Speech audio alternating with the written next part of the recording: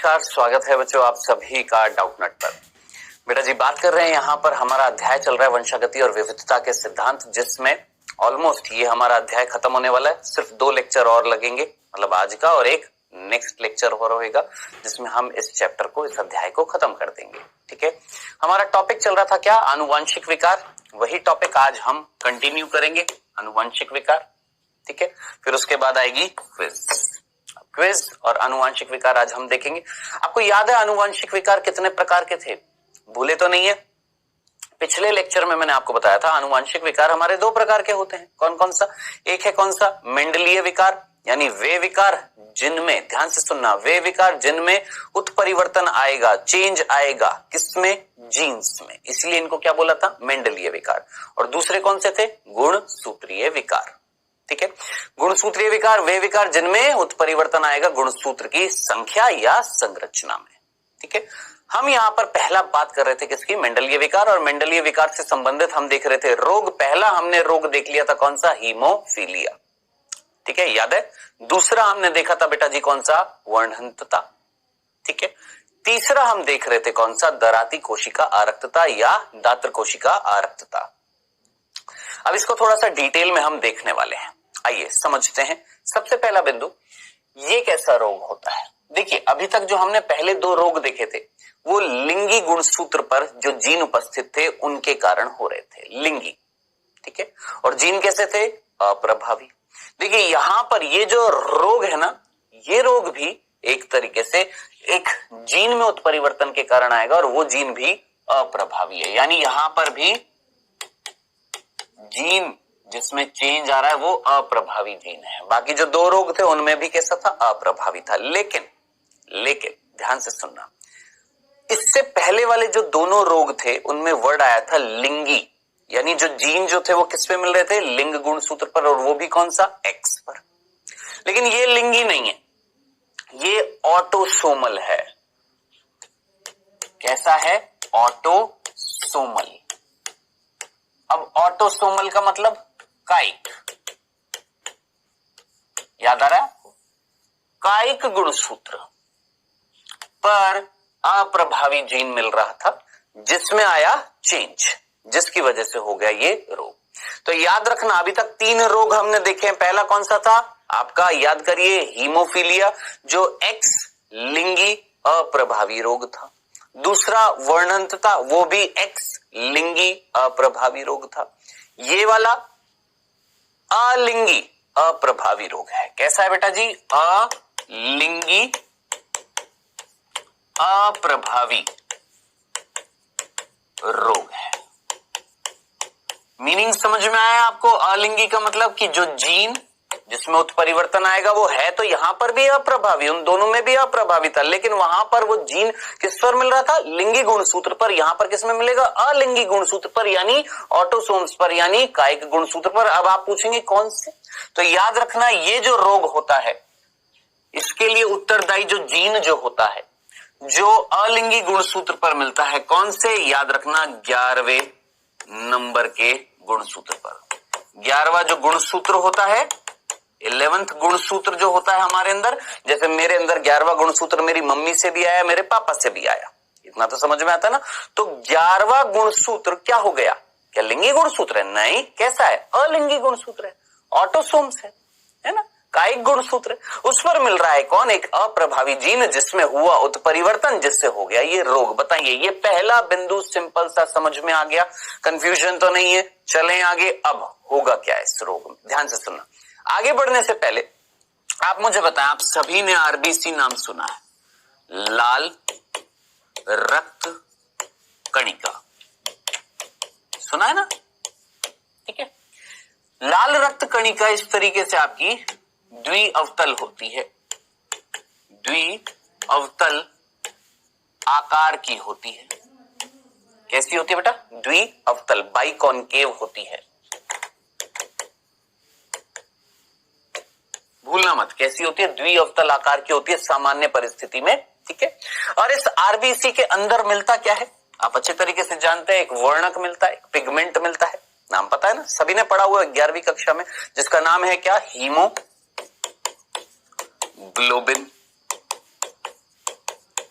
इसका कार्य क्या होता है बेटा जी?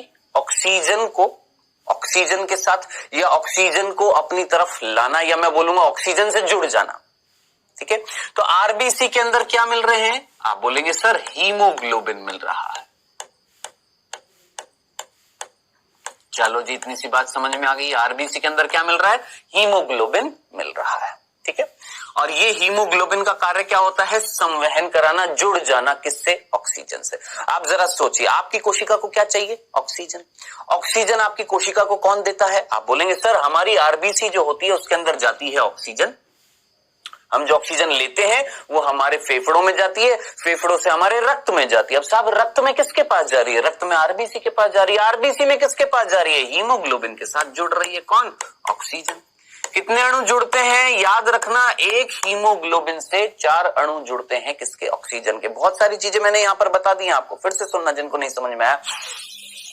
मैंने ली वायु, गई अंदर, ऑक्सीजन गई, फेफड़ों में गई, फेफड़ों में कुप्पिकाएं होती है, कुप्पिकाओं से होते हुए मेरे रक्त में गई। ठीक है, अब रक्त में जब जाएगी तो रक्त में किसके पास गई? रक्त में है आरबीसी, इस आरबीसी के अंदर चली गई। कौन? ऑक्सीजन।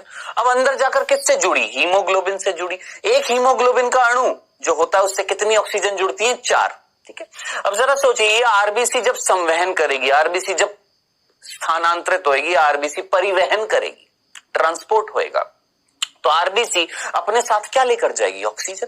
और किसके पास देगी? किसको देगी ऑक्सीजन? आपकी, मेरी कोशिकाओं को, क्योंकि कोशिकाओं को चाहिए क्या? ऑक्सीजन। बताएं, इतनी सी बात सिंपल सी समझ आ गई। अब मैं आपको यहां पर हीमोग्लोबिन की संरचना दिखाने वाला हूं। देखिएगा बेटा जी, एक हीमोग्लोबिन का जो अणु जो होता है, एक हीमोग्लोबिन, 1 हीमोग्लोबिन कैसा होता है? ध्यान से देखना, एक हीमोग्लोबिन बना होता है 4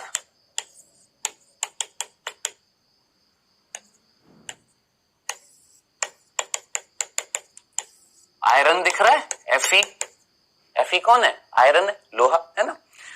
4 आयरन के अणुओं से बना हुआ है। चलो जी, इतनी सी बात समझ में आ गई। अब एम्स, ध्यान से सुनना, 2012 में ये प्रश्न पूछा गया था, एम्स 2012 में, कि हीमोग्लोबिन जो होता है, हीमोग्लोबिन, उस हीमोग्लोबिन में जो आयरन होता है, लोहा होता है, Fe जो होता है, उसकी वैलेंसी कितनी होती है? तो याद रखना, Fe की वैलेंसी कितनी होती है? +2 होती है। क्या होती है बेटा जी? +2। भूल मत जाना, Fe +2 होता है किसमें? हीमोग्लोबिन में। ठीक है, तो 4 दिख रहे हैं आपको, अणु दिख रहे हैं किसके? आयरन के। चलो जी ठीक है, अब आगे ध्यान से सुनना, और क्या होता है?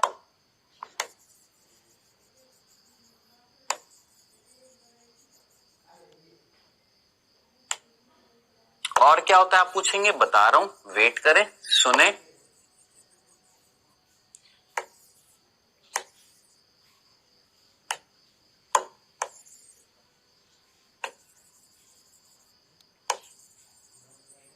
ये जो मैंने बेटा जी बनाए हैं ना, ध्यान से देखिएगा, ये जो संरचनाएं मैंने बनाई हैं, 2 लाल और 2 हरी दिख रही, ये है बच्चों पॉलीपेप्टाइड श्रृंखला। क्या बोला? पॉलीपेप्टाइड श्रृंखला।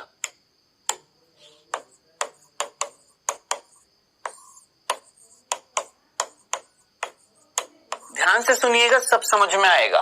मैं बार बार रिवाइज भी करा दूंगा ताकि चीज समझ में आ जाए। हम बात कर रहे हैं इस रोग की, लेकिन रोग पढ़ने से पहले हमने बात करी आरबीसी, लाल रक्त कणिका हमारे रक्त में होती है। इस आरबीसी का सामान्य आकार बाइकॉनकेव होता है, द्विअवतल होता है। ये आरबीसी के अंदर मिलता है हीमोग्लोबिन जो एक वर्णक है। अब वर्णक है यानी कलर देगा, पिगमेंट है तो कलर देगा। अब ये किसके कारण कलर देता है? हीमोग्लोबिन में मिलता है आयरन। कभी लोहार को देखा है? लोहा पीटते हुए लाल रंग का होता है।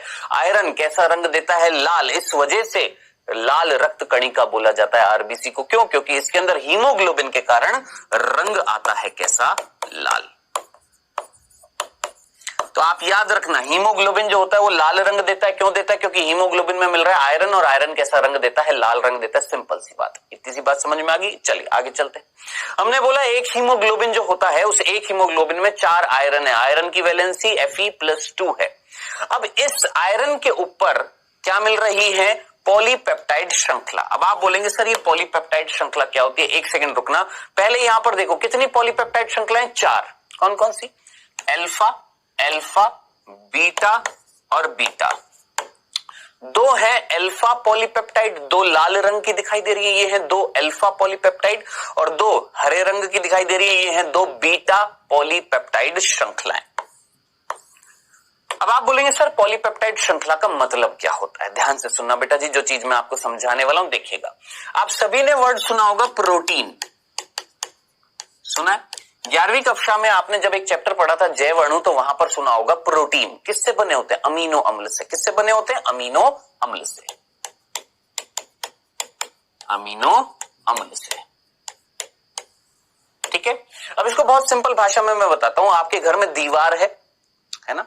आपकी जो दीवार है घर की, उस दीवार की इकाई क्या है? सोचो, दीवार जो है आपके घर में, जो दीवारें हैं उनकी इकाई क्या है? दीवार किससे बनी हुई है? आप बोलेंगे सर ईंट से।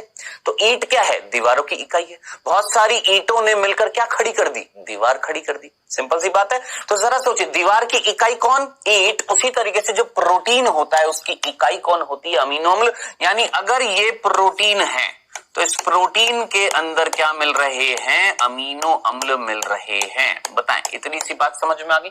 कंफ्यूजन तो नहीं है? चलें आगे। अब इधर देखना, मान लो ये एक अमीनो अम्ल है, ये एक अमीनो अम्ल है, ये एक अमीनो अम्ल है, एक और, एक और, एक और, एक और, एक और, एक और।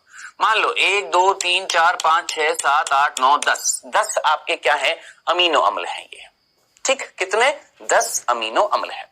अब एक अमीनो अम्ल को दूसरे अमीनो अम्ल से जोड़ने के लिए जो बॉन्ड जो बनता है उसका नाम होता है पेप्टाइड। पेप्टाइड बंध। अब आप मुझे बताएं, इन सबको जोड़ना है तो एक पेप्टाइड बंध होगा कि एक से ज्यादा होंगे? आप बोलेंगे सर एक से ज्यादा होंगे, कई सारे पेप्टाइड बंध जो हैं वो बहुत सारे। तो अब आप मुझे बताएं, क्या एक श्रृंखला दिख रही है आपको? एक चेन दिख रही है? आप बोलेंगे हाँ सर एक चेन दिख रही है, एक श्रृंखला दिख रही है। बताएं, इस श्रृंखला में एक अमीनो अम्ल के बहुत सारे? आप बोलेंगे सर बहुत सारे। और आपस में जोड़ने के लिए क्या थे? पेप्टाइड बंध हैं। एक पेप्टाइड बंध है कि बहुत सारे? आप बोलेंगे बहुत सारे। तो क्या मैं इस श्रृंखला को, ध्यान से सुनना, क्या मैं इस चेन को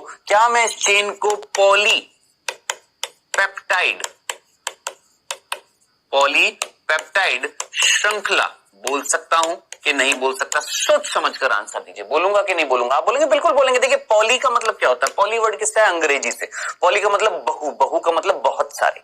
अब बहुत सारे क्या मिल रहे हैं? पेप्टाइड बंध मिल रहे हैं, और उनके मिलने से क्या बन रही है? एक श्रृंखला बन रही है। तो ऐसी श्रृंखला जो बहुत सारे पेप्टाइड बंध से बनेगी, और पेप्टाइड बंध किससे बने? पेप्टाइड बंध किसके बीच में मिल रहे हैं? अमीनो अम्ल। यानी अमीनो अम्ल की एक बहुत लंबी सी एक संरचना है, एक श्रृंखला है, जिसे हम क्या बोलते हैं? पॉलीपेप्टाइड श्रृंखला।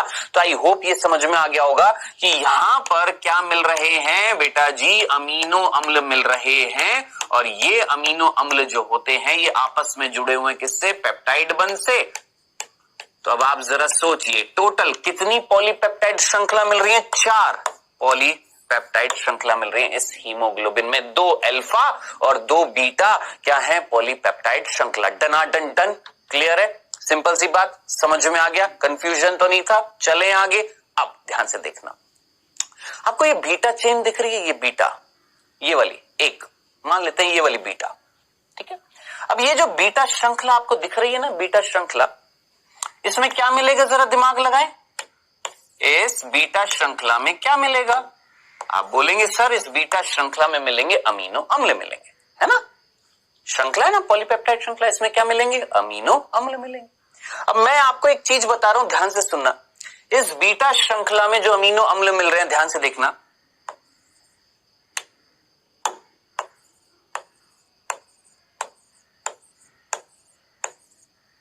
मैं आपको यहां पर कितने?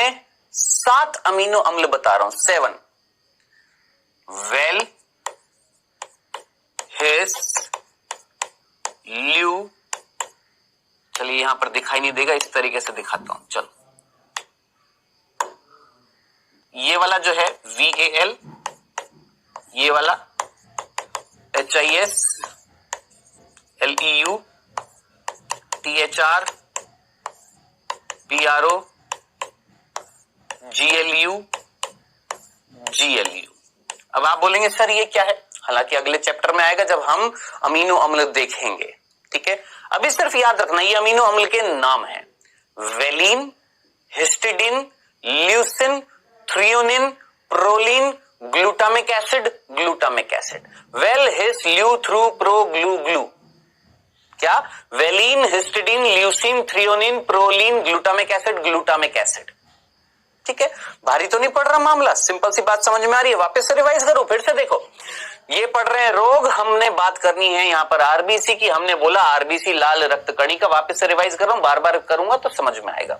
आरबीसी का सामान्य आकार द्विअवतल होता है, जिसके अंदर क्या भरे पड़े? हीमोग्लोबिन। हीमोग्लोबिन क्या है? एक वर्णक है। ये हीमोग्लोबिन किसका संवहन करेगा? ऑक्सीजन का। जो हम ऑक्सीजन खींचेंगे अंदर जाएगी, फेफड़ों से होती हुई किसमें जाएगी? रक्त में। रक्त में किसमें जाएगी? आरबीसी में। आरबीसी में किसके अंदर जाएगी? हीमोग्लोबिन से। हीमोग्लोबिन से जुड़ेगी 4 ऑक्सीजन। एक हीमोग्लोबिन से क्या जुड़ती है? 4 ऑक्सीजन जुड़ती है। ये हीमोग्लोबिन रंग देता है, लाल रंग देता है। इसी वजह से आरबीसी का रंग कैसा होता है? लाल होता है। क्यों लाल होता है? क्योंकि हीमोग्लोबिन में मिलता है आयरन। आयरन की वैलेंसी Fe+2। फिर हमने देखा ये चारों आयरन के जो अणु थे, इनके ऊपर क्या मिल रही है? पॉलीपेप्टाइड श्रृंखला। पॉलीपेप्टाइड श्रृंखला क्या थी? एक ऐसी श्रृंखला, एक ऐसी चेन जो बहुत सारे अमीनो अम्ल से बनी हुई है, जिनके बीच में बन रहा है क्या? पेप्टाइड बंध। इसलिए नाम पड़ा पॉली। पॉली यानी बहुत सारे, क्या है? पेप्टाइड बंध से बनी हुई एक क्या है? श्रृंखला है। ठीक है, हमने देखा यहां पर 4 पॉलीपेप्टाइड श्रृंखला थी। किसमें? हीमोग्लोबिन में। Alpha alpha beta beta. ठीक, चल अब ये जो एक बीटा पॉलीपेप्टाइड श्रृंखला मैंने आपको दिखाई। पॉलीपेप्टाइड श्रृंखला किससे बनी हुई है? बहुत सारे अमीनो अम्ल से। मैंने यहां पर अमीनो अम्ल दिखाया, first, second, third, fourth, fifth, sixth, seven. 7 amino अम्ल दिखाए मैंने आपको बीटा पॉलीपेप्टाइड श्रृंखला में, 7। ठीक है, अब ये 7 में से ध्यान से सुनना क्या था? ये जो था ना, ये वाला छठा जो था, कौन था? GLU का मतलब क्या था? ध्यान से सुनना। GLU मतलब ग्लूटामिक अम्ल। कौन है बेटा ग्लूटामिक अम्ल? एक अमीनो एसिड है, एक अमीनो अम्ल है। ठीक है, अब क्या हुआ ध्यान से सुनना कि कहीं ना कहीं 11वें गुणसूत्र पर, ये मान लो गुणसूत्र है 11वां, इस 11वें गुणसूत्र पर एक जीन था। क्या बोला हमने? 11वें गुण सूत्र पर एक जीन था। ठीक है, उस जीन को हमने मान लेते हैं, क्या बोल दिया? SC। S capital S small c। ये एक जीन था जो सामान्य रूप से, नॉर्मली मेरे अंदर अगर मैं बात करूं, मेरे अंदर ये जो जीन है जो 11वें गुणसूत्र पर था, ये छठी पोजीशन पर, ध्यान से सुनना, छठी पोजीशन पर जो अमीनो अम्ल मिल रहा था, कौन सा? ग्लूटामिक अम्ल। इसकी इंफॉर्मेशन इसके पास थी, इस जीन के पास। भारी पड़ गया मामला? फिर से सुनो, ये एक जीन है, 11वें गुणसूत्र पर है। इस जीन के पास मैसेज है। क्या मैसेज है? ये जीन उत्तरदायी है इस बीटा श्रृंखला का निर्माण करने के लिए। ठीक है, और ये जो जीन जो होएगा ना SC, इसके पास ये इंफॉर्मेशन है कि पहली पोजीशन पर, इस बीटा पॉलीपेप्टाइड श्रृंखला में पहली पोजीशन पर अमीनो अम्ल आएगा वेलिन, फिर हिस्टिडीन, फिर ल्यूसिन, फिर थ्रियोनिन, फिर प्रोलिन, छठे पर ग्लूटामिक एसिड, 7वें पर ग्लूटामिक एसिड। ठीक, सिंपल। चलें आगे। अब हुआ क्या? इस जीन में आ गया उत्परिवर्तन। इस जीन में क्या आ गया? चेंज।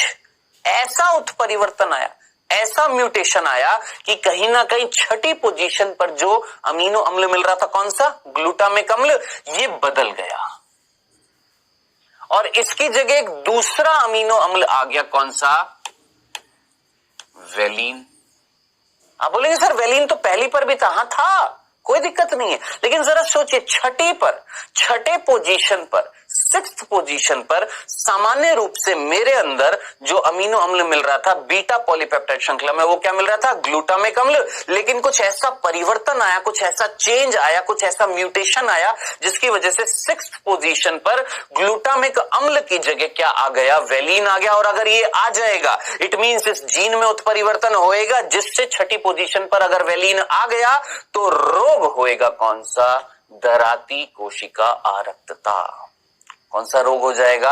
दराती कोशिका आरक्तता। अब आप बोलेंगे सर ये तो समझ में आ गया कि दराती कोशिका आरक्तता जो रोग है, उसमें क्या हुआ था कि 11वें गुणसूत्र पर एक जीन था जिसके पास संदेश था बीटा पॉलीपेप्टाइड श्रृंखला का निर्माण करने का। ठीक है, उस श्रृंखला में इस तरीके से अमीनो अम्ल मिल रहे थे। अगर इस जीन में, बार बार दोहरा रहा हूं, अगर इस जीन में आ गया चेंज, और चेंज भी कैसा, पर्टिकुलरली जो 6th पोजीशन पर, पर्टिकुलरली कौन सी, 6th पोजीशन पर जो अमीनो अम्ल था, कौन, ग्लूटामिक अम्ल, वो बदल गया।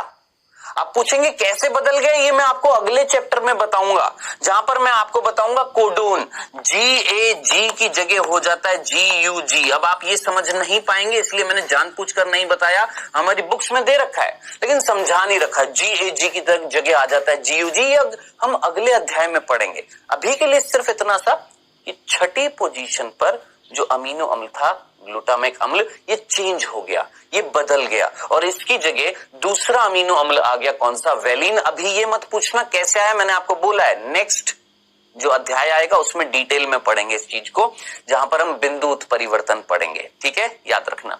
तो 6ठी पोजीशन पर अगर ये परिस्थिति हो जाए कि ग्लूटामिक अम्ल अमीनो अम्ल की जगह कौन सा आ जाए, वेलिन अमीनो अम्ल आ जाए, कौन सा,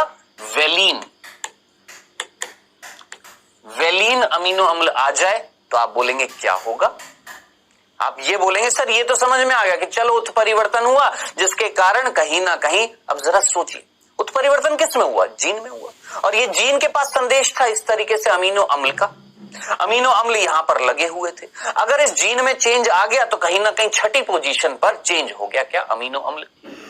एक जीन जिसके पास संदेश था, बार बार दोहरा रहा हूं, एक जीन जिसके पास संदेश था क्या बनाने का, ये एक पॉलीपेप्टाइड श्रृंखला या प्रोटीन बनाने का। भैया पॉलीपेप्टाइड श्रृंखला क्या थी, जरा सोचिए, पॉलीपेप्टाइड श्रृंखला क्या है, अमीनो अम्ल से बनी हुई है। ये अमीनो अम्ल की श्रृंखला क्या बना रही है, प्रोटीन ही तो बना रही है। जरा सोचिए, एक प्रकार का प्रोटीन ही तो है। बताया था ना, जीन आगे जाकर क्या बनाता है, आरएनए, आरएनए आगे जाकर क्या बनाता है, प्रोटीन। ये प्रोटीन था जो किससे बना हुआ था, बीटा पॉलीपेप्टाइड श्रृंखला से।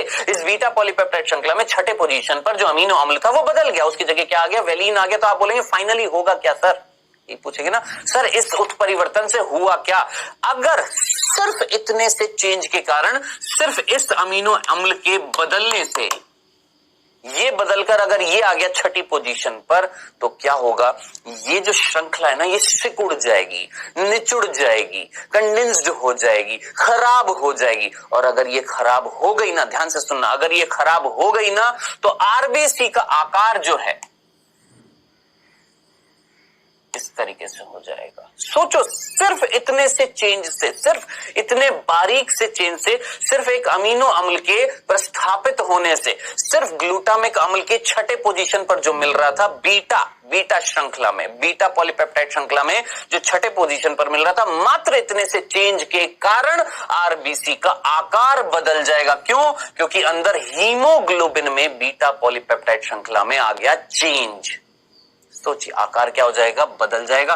अब जरा सोचिए, अगर आकार बदल गया, तो मैंने आपको बताया था अगर आकार बदल जाएगा तो क्या परिस्थितियां हो जाएंगी। देखिए, ये आकार बदल गया, और इस आकार बदलने से क्या परिस्थिति हुई थी, ये भी मैंने आपको पिछले लेक्चर में बताया था कि नॉर्मल आकार होएगा, आरबीसी आराम से स्थानांतरित होएगी। ये हमारी रक्त नलिका जिसकी शाखा निकली, ये आरबीसी का आकार इस तरीके से द्विअवतल था, आराम से जा रही थी, कोई प्रॉब्लम नहीं हो रही थी।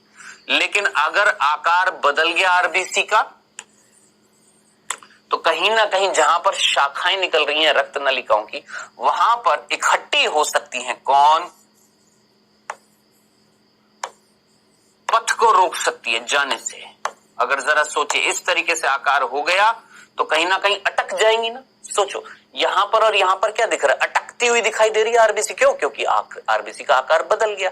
तो इस कारण कहीं ना कहीं रक्त का परिवहन धीमा हो जाएगा, रक्त यहां पर एकत्रित हो जाएगा, तो ये रक्त नलिका फटने के चांसेस हैं, है ना। जरा सोचिए, अगर रक्त नहीं जाएगा, आरबीसी नहीं जाएगी, तो ऑक्सीजन किसके पास नहीं पहुंचेगी, कोशिकाओं के पास।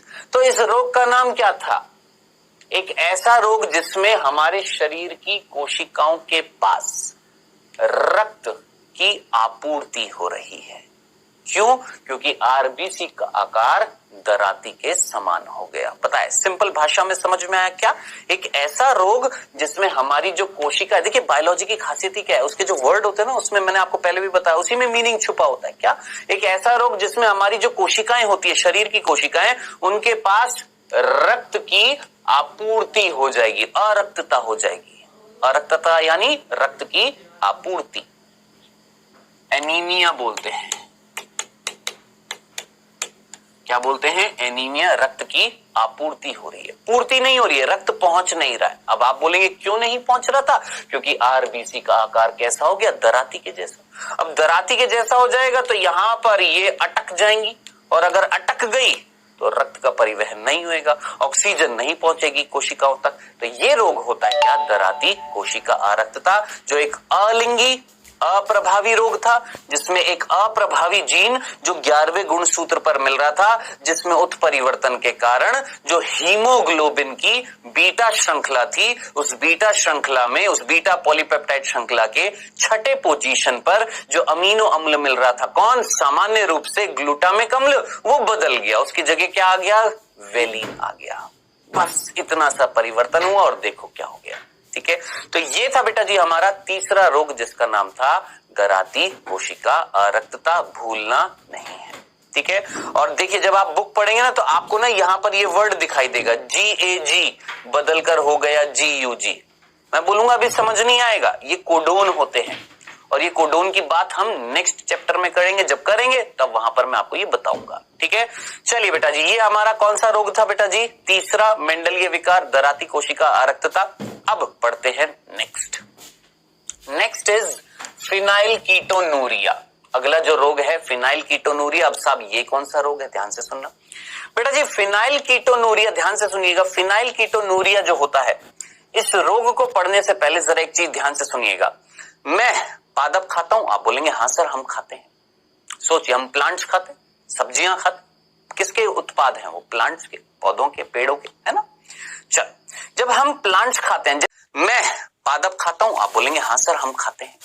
सोचिए, हम प्लांट्स खाते, सब्जियां खाते, किसके उत्पाद हैं वो? प्लांट्स के, पौधों के, पेड़ों के, है ना? चल, जब हम प्लांट्स खाते हैं, जैसे हमने मान लेते पालक खाया, पालक खाई, पालक में प्रोटीन होता है, बहुत अच्छा स्रोत होता है ना, किसका? प्रोटीन का, बोलते हैं ना पालक। मान लो मैंने पालक खाई, अब पालक में क्या था? प्रोटीन था। ये पालक जब मेरे अंदर जाएगी तो इसका पाचन होएगा। इट मींस ये जो प्रोटीन है इसका पाचन होएगा। पाचन का मतलब होता है तोड़ना। जरा सोचिए, प्रोटीन किससे बना हुआ था? अमीनो अम्ल से बना हुआ था ना। तो हमने क्या खाई? पालक। पालक में है क्या? प्रोटीन। प्रोटीन अंदर जाकर गया, अंदर जाकर उसका हुआ पाचन। पाचन होएगा तो ये प्रोटीन टूटेगा किसमें? अमीनो अम्ल में। अब एक अमीनो अम्ल बनता है जिसका नाम है फिनाइल एलानीन। याद रखना, क्या? Phenyl alanine. क्या नाम है? Phenyl alanine. ठीक है, इतनी सी बात समझ में आ गई? क्या बोला? मैंने खाई पालक, या कुछ भी ऐसा प्लांट खा लिया, कुछ भी ऐसा पेड़ पौधे का उत्पाद ऐसा खा लिया जिसमें प्रोटीन था। होता है ना, पेड़ों में प्रोटीन होता है ना। चल, खाया, गया अंदर, प्रोटीन का पाचन हुआ। प्रोटीन टूटेगा किसमें? अमीनो अम्ल में। मान लो हमने बात करी कि मान लो मैंने पालक खाई, उसमें जब प्रोटीन मेरे अंदर गया, पाचन हुआ, तो एक अमीनो अम्ल का निर्माण हुआ जिसका नाम है फिनाइल एलानीन। चलो जी, ठीक है, अब आगे क्या आएगा? अब शरीर के अंदर ये जो फिनाइल एलानीन, जो कौन है? अमीनो अम्ल, ये वापस से बदलेगा एक दूसरे अमीनो अम्ल में, एक दूसरे अमीनो अम्ल में, जिसका नाम है टायरोसिन। जिसका नाम क्या है? टायरोसिन। आप बोलेंगे सर, आप पूछेंगे सर क्यों बदला और किसने बदला? दो प्रश्न होंगे ना आपके दिमाग में, सर इसको इसमें क्यों बदला और सर किसने बदला। पहले तो हम बात करते हैं कि किसने बदला, तो याद रखना एक एंजाइम जिसका नाम है phenyl alanine. Phenyl alanine hydroxylase.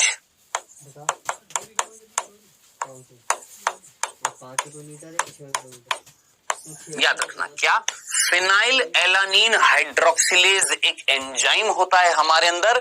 जो फिनाइल एलानीन जो कौन है, एक अमीनो अम्ल है। कैसे आया हमारे अंदर, जो हमने प्रोटीन खाया उस प्रोटीन में मिल रहा था कौन, ये अमीनो अम्ल। जब ये प्रोटीन हमारे अंदर आया, इसका पाचन हुआ। जरा सोचिए, अभी थोड़ी देर पहले मैंने आपको प्रोटीन बताया था, किससे बने होते हैं अमीनो अम्ल।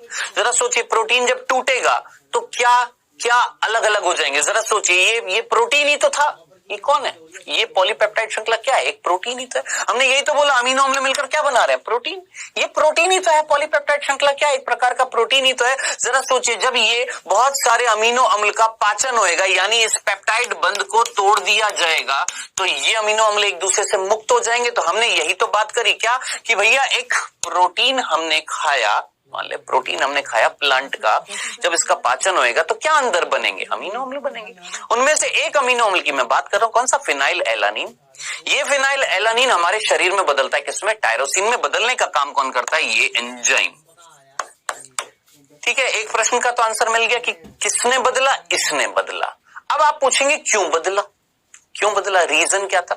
इसलिए बदला क्योंकि इस टायरोसिन की जरूरत होती है क्या बनाने के लिए, ध्यान से सुनना, मेलानिन।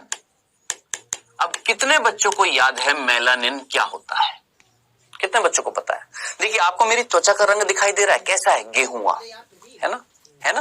काले रोग होते हैं, उनका भी रंग कैसा होता है, काला जो होता है, काला जो होता है उनका रंग काला, मेरा रंग गेहुआ, या जो सफेद होते हैं, तीन ही रंग होते हैं, बताया था ना आपको। अब जरा सोचिए, हमारी ये त्वचा का रंग किसके कारण होएगा, किसी ना किसी वर्णक के कारण होएगा, है ना। उस वर्णक का नाम क्या होता है, याद रखना, मेलानिन वो वर्णक होता है जिसे हम त्वचा का वर्णक बोलते हैं।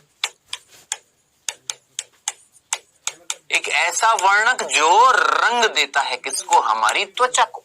याद रखना, मेलानिन हमारी त्वचा को रंग देता है। अब जरा सोचिए, अगर मेरी त्वचा का रंग अगर गेहुआ है, इट मींस मेलानिन मिल रहा है, और मेलानिन अगर वर्णक मिल रहा है तो त्वचा का रंग उत्पन्न होएगा। और मेलानिन अगर मिल रहा है तो मेलानिन को बनाना पड़ेगा, और बनाने के लिए इस अमीनो अम्ल की आवश्यकता थी, किसकी, टायरोसिन। और टायरोसिन कैसे बनेगा, जब फिनाइल एलानीन टायरोसिन में बदलेगा। कौन बदलेगा साहब, ये बदलेगा। बताएं, इतनी सी बात समझ में आ गई, कंफ्यूजन, चले आगे, पक्का। अब ध्यान से सुनना, आप बोलेंगे चलिए सर ये तो समझ में आ गया, अब आगे क्या होगा, ये रोग क्या था, ध्यान से सुनना। ये एक ऐसा रोग है जिसमें इस एंजाइम की हो जाती है कमी। ध्यान से सुनना, ये एक ऐसा रोग है जिसमें इस एंजाइम की हो जाती है क्या, कमी। ये एंजाइम नहीं बनता। अब आप बोलेंगे क्यों नहीं बनता, क्यों नहीं बनता। मैंने आपसे बोला, इस एंजाइम को बनाने के लिए, जो एंजाइम है इसको बनाने के लिए जो उत्तरदायी था वो एक जीन था। क्या था वो, एक जीन था। अब जरा इमेजिन करें, एक जीन जो फिनाइल एलानीन हाइड्रोक्सिलेज क्या बनाता था, एंजाइम बनाता था। एक जीन क्या बनाएगा, आरएनए क्या बनाएगा, प्रोटीन क्या हो सकता है आपका, एंजाइम। इतनी सी बात हम पहले से भी डिस्कस करते हुए आ रहे हैं। हमने बोला एक जीन है, ये जीन जो था मान लेते एक जीन है जिसका नाम है कैपिटल पी, एक जीन है जिसका नाम है कैपिटल पी, वो बनाता था ये एंजाइम इसको इसमें बदलता था, और ये मेलानिन बनाता था। अब मैंने बोला इस जीन में आ गया उत्परिवर्तन, इस जीन में आ गया चेंज, ये जीन हो गया खराब, ये जीन हो जाएगा खराब तो ये नहीं बनेगा, ये नहीं बनेगा तो ये इसमें नहीं बदलेगा, ये नहीं बनेगा। जरा सोचिए, ये नहीं बनेगा तो ये इसमें नहीं बदलेगा, और ये अगर इसमें नहीं बदलेगा इट मींस इसका निर्माण नहीं होएगा, इसका निर्माण नहीं होएगा तो इसका निर्माण नहीं होएगा, और इसका निर्माण नहीं होएगा तो जरा सोचिए, सफेद रंग के चटके पड़ जाएंगे, सफेद रंग के। क्यों, क्योंकि मेलानिन कलर देता है, क्या देता है, रंग देता है। और जब मेलानिन नहीं होगा तो उस जगह पर व्हाइट रंग आ जाएगा, व्हाइट। क्यों, क्योंकि मेलानिन गेहुआ या काला रंग देता है। समझ में आया। तो इस परिस्थिति को हम बोलेंगे डीपिगमेंटेशन, डीपिगमेंटेशन।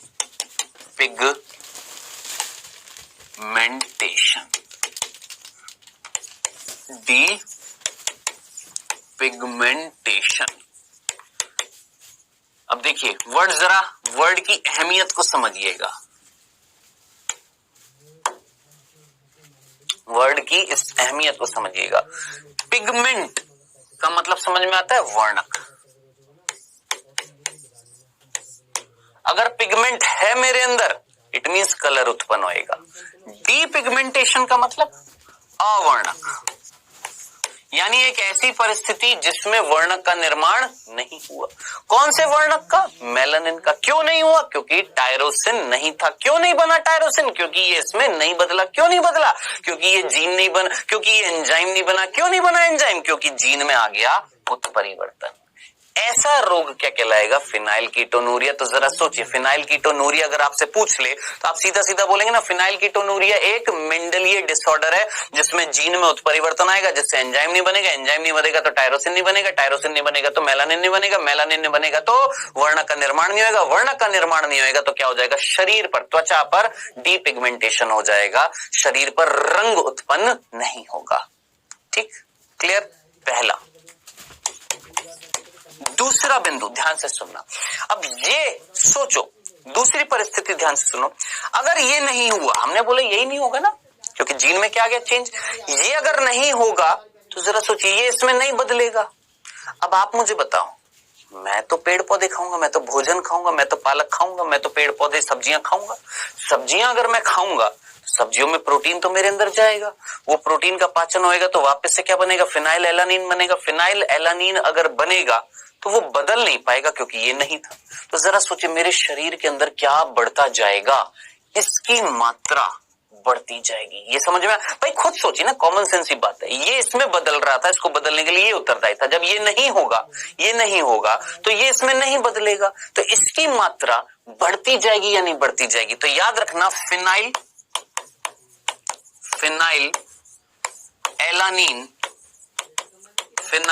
एलानीन की मात्रा बढ़ जाती है।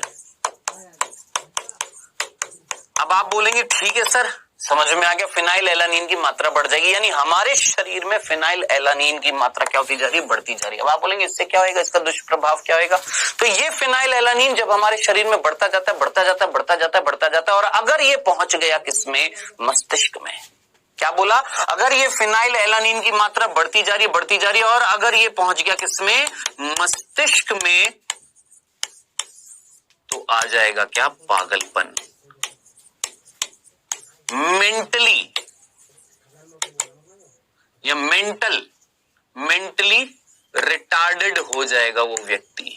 मेंटली रिटार्डेड का मतलब कहीं ना कहीं दौरे आएंगे, कहीं ना कहीं पागलपन सा आ जाएगा। किसमें? इस रोग में। क्यों? क्योंकि मस्तिष्क जो है वो संक्रामित हो रहा है, मस्तिष्क जो है वो प्रभावित हो रहा है। क्यों? क्योंकि मस्तिष्क में इकट्ठे होते जा रहे हैं कौन? Phenyl alanine. बस इससे ज्यादा कुछ भी याद नहीं रखना है। किसमें? फिनाइल कीटोनूरिया रोग में।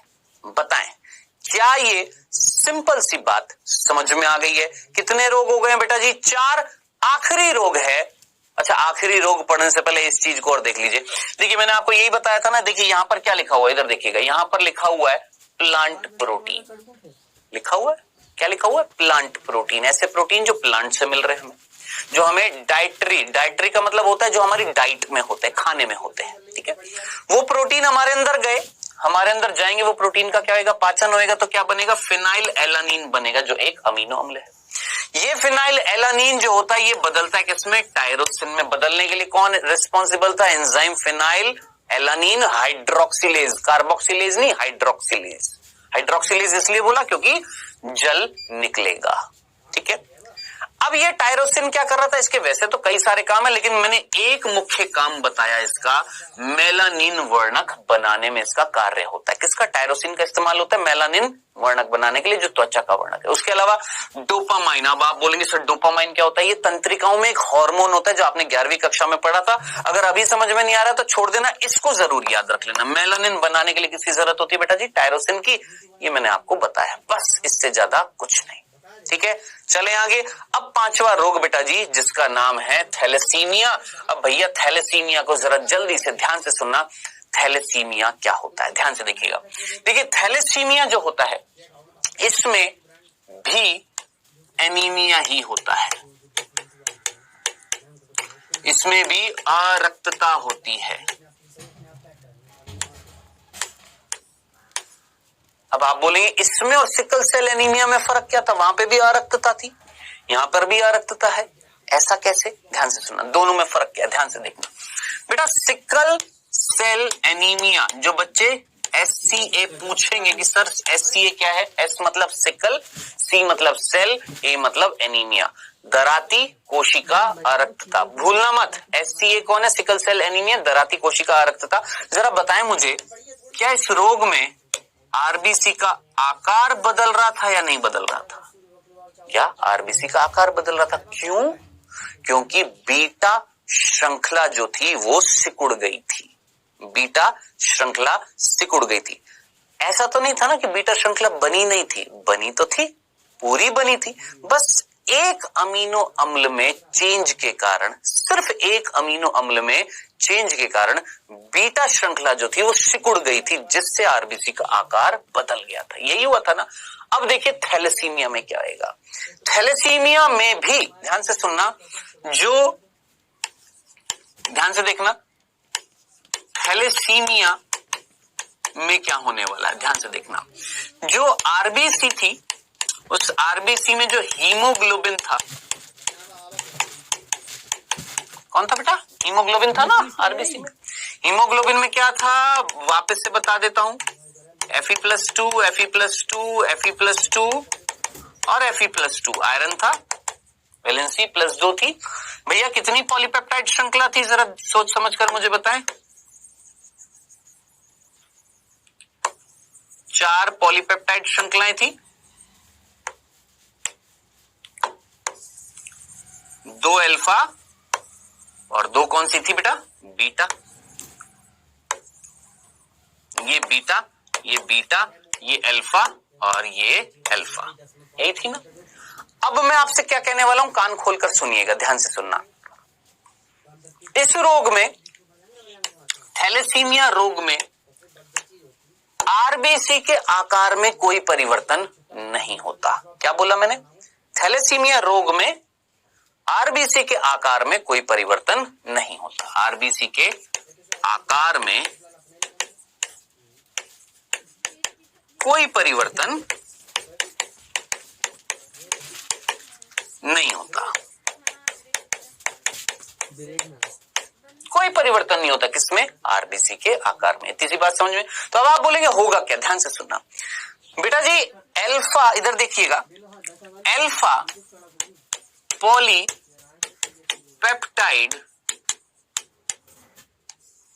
श्रृंखला जो थी, अल्फा पॉलीपेप्टाइड श्रृंखला जो थी, उसको बनाने के लिए, ध्यान से सुनना, इस पूरे अल्फा पॉलीपेप्टाइड श्रृंखला को बनाने के लिए एक जीन मिल रहा था। क्या मिल रहा था? एक जीन मिल रहा था 16वें गुणसूत्र पर। 16वें गुणसूत्र पर एक जीन मिल रहा था जो उत्तरदायी था पूरी अल्फा पॉलीपेप्टाइड श्रृंखला का निर्माण करने के लिए। ठीक है। साथ साथ 11वें गुणसूत्र पर, ये मैं ऑलरेडी आपको सिकल सेल एनीमिया में दराती कोशिका रक्तता में बता दिया, 11वें गुणसूत्र पर एक जीन मिल रहा था। बताया नहीं? बताया था ना 11वें, जो उत्तरदायी था बीटा पॉलीपेप्टाइड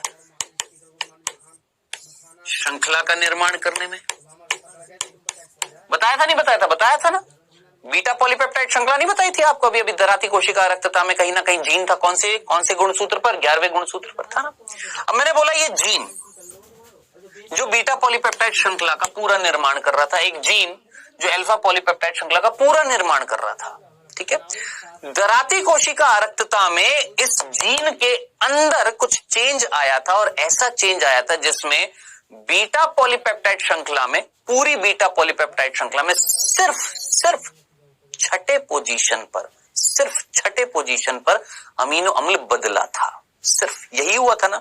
लेकिन इस रोग में क्या होएगा कि ये जीन इस तरीके से उत्परिवर्तित होएगा, इस तरीके से खराब होएगा कि पूरी बीटा पॉलीपेप्टाइड श्रृंखला का निर्माण जो है वो नहीं होगा। पूरी बीटा पॉलीपेप्टाइड श्रृंखला का निर्माण ही नहीं हुआ, यानी ये जीन जो है इसने काम ही नहीं किया। ये पूरी बीटा पॉलीपेप्टाइड श्रृंखला जो है यहां पर बनी ही नहीं। बताएं क्या नहीं बनी? पूरी बीटा पॉलीपेप्टाइड, एक बीटा पॉलीपेप्टाइड श्रृंखला बनी ही नहीं। उसी प्रकार अगर इस जीन में उत्परिवर्तन हुआ जो 16वें गुणसूत्र पर था और कुछ ऐसा परिवर्तन हुआ कि इसका निर्माण भी अगर नहीं हुआ तो भैया अल्फा भी नहीं बनी। अब इस परिस्थिति में क्या होगा? सोचो, इस परिस्थिति में क्या होगा? आप बोलेंगे सर हीमोग्लोबिन तो चेंज हो गया, हीमोग्लोबिन में एक अल्फा और एक बीटा नहीं बनी। जब ये नहीं बनेंगी तो सोच समझकर बस इतना सा आंसर देना। हीमोग्लोबिन, सोचना, एक हीमोग्लोबिन कितने ऑक्सीजन को लेकर जाता था? 4 ना लेकर जाता था। बेटा वो ऑक्सीजन किससे जुड़ती है? हीमोग्लोबिन से। इन्हीं से ही तो जुड़ती थी, इन्हीं पॉलीपेप्टाइड श्रृंखला से जुड़ती थी। अब जरा सोचिए, सामान्य परिस्थिति में एक हीमोग्लोबिन से कितनी ऑक्सीजन जाती थी? 4। अब बताएं इस कंडीशन में कितनी जाएंगी? 2 जाएंगी, नहीं जाएंगी। अब जरा सोचिए, ऑक्सीजन की कमी किसके पास हो जाएंगी? कोशिकाओं के पास हो जाएंगी। क्यों? क्योंकि यहां पर एक अल्फा और एक बीटा पॉलीपेप्टाइड श्रृंखला बनी ही नहीं। क्यों नहीं बनी? क्योंकि भैया इन जीन में कुछ ऐसा उत्परिवर्तन आया कि श्रृंखला का निर्माण ही नहीं हुआ। अब जरा सोच समझकर मुझे बताएं, इस कंडीशन में भी सोचिए, इस कंडीशन में भी क्या अरक्तता हो जाएगी या नहीं हो जाएगी? क्या रक्त जो है वो पूर्ति कर पाएगा ऑक्सीजन की कोशिकाओं तक, हमारी कोशिकाओं तक? ये जो रक्त जो था जिसमें आरबीसी थी, क्या ये ऑक्सीजन की पूर्ति कर पाएगी? नहीं कर पाएगी। इसको हमने बोला, इस रोग को थैलेसीमिया। और थैलेसीमिया में कोई आरबीसी का आकार नहीं बदला, सिर्फ आरबीसी के अंदर हीमोग्लोबिन की मात्रा कम हो जाएगी। क्यों? क्योंकि खुद देख लीजिए, कहीं ना कहीं पॉलीपेप्टाइड श्रृंखला नहीं बनेगी तो धीरे धीरे हीमोग्लोबिन का निर्माण भी क्या होता जाएगा? कम होता जाएगा, ऑक्सीजन का परिवहन कम होता जाएगा। दिस रोग इज कॉल्ड क्या? हमारा थैलेसीमिया। ये थे बेटा जी हमारे सारे के सारे क्या? मेंडलीय विकार। अब इसके बाद जो बात आ रही है, इसके बाद में वो आ रही है हमारे किसकी? किसकी? गुण सूत्रीय विकार। अब ये हमारे चैप्टर का आखिरी टॉपिक है। कौन सा? गुण सूत्रीय विकार, जिसको हम क्रोमोजोमीय विकार भी बोलते हैं। इंग्लिश में बोलते हैं क्रोमोजोमल डिसऑर्डर। क्रोमोजोमल डिसऑर्डर, ठीक है। तो अब हम पढ़ेंगे, लेकिन अभी नहीं, नेक्स्ट क्लास में पढ़ेंगे। किसके बारे में बेटा जी? हमारे गुण सूत्रीय विकार के बारे में पढ़ेंगे, ठीक है। तो अगले लेक्चर में हम पूरा खत्म करेंगे हमारा अध्याय, ठीक है। अभी जो आज पढ़ाया है मेरे ख्याल से आपको समझ में आ गया होगा। क्या पढ़ाया बेटा जी? आज हमने पूरा कंप्लीट किया है मेंडलीय विकार। टोटल हमने 5 रोग पढ़े। हीमोफीलिया, उसके बाद हमने बात करी है किसकी? हीमोफीलिया के बाद हमने वर्णंतता की, कलर ब्लाइंडनेस की। फिर हमने बात करी दराती कोशिका अरक्तता, सिकल सेल एनीमिया। फिर हमने बात करी फिनाइल कीटोनूरिया और फिर हमने बात करी थैलेसीमिया। ये 5 रोग हमने पूरे कंप्लीट किए हैं। एक एक रोग इंपॉर्टेंट है, भूल मत जाना। अब समय हुआ है बेटा जी हमारे क्विज का। पहला प्रश्न आपकी स्क्रीन पर आता हुआ फर्स्ट। दराती कोशिका अरक्तता में आरबीसी का आकार कैसा हो जाता है? दराती कोशिका अरक्तता में आरबीसी का आकार कैसा हो जाता है? गोलाकार, हास्याकार, शंकु आकार या कोई नहीं? सोचिए कैसा आकार हो जाता है, बताया हुआ है आपको। सिकल सेल एनीमिया में कैसा आकार हो जाता है आरबीसी का? गोल होता है कि हंसने के जैसा होता है कि शंकु के जैसा होता है या कोई नहीं? चलिए दूसरा प्रश्न बेटा, फिनाइल कीटोनूरिया रोग किस एंजाइम की अनुपस्थिति के कारण होता है? फिनाइल कीटोनूरिया रोग किस एंजाइम की अनुपस्थिति के कारण होता है? पहला फिनाइल एलानीन कार्बोक्सिलेज, दूसरा फिनाइल एलानीन हाइड्रोक्सिलेज, तीसरा फिनाइल हाइड्रोक्सिलेज और चौथा एलानीन हाइड्रोक्सिलेज। कौन सा एंजाइम था जिसकी कमी के कारण यह रोग हुआ था?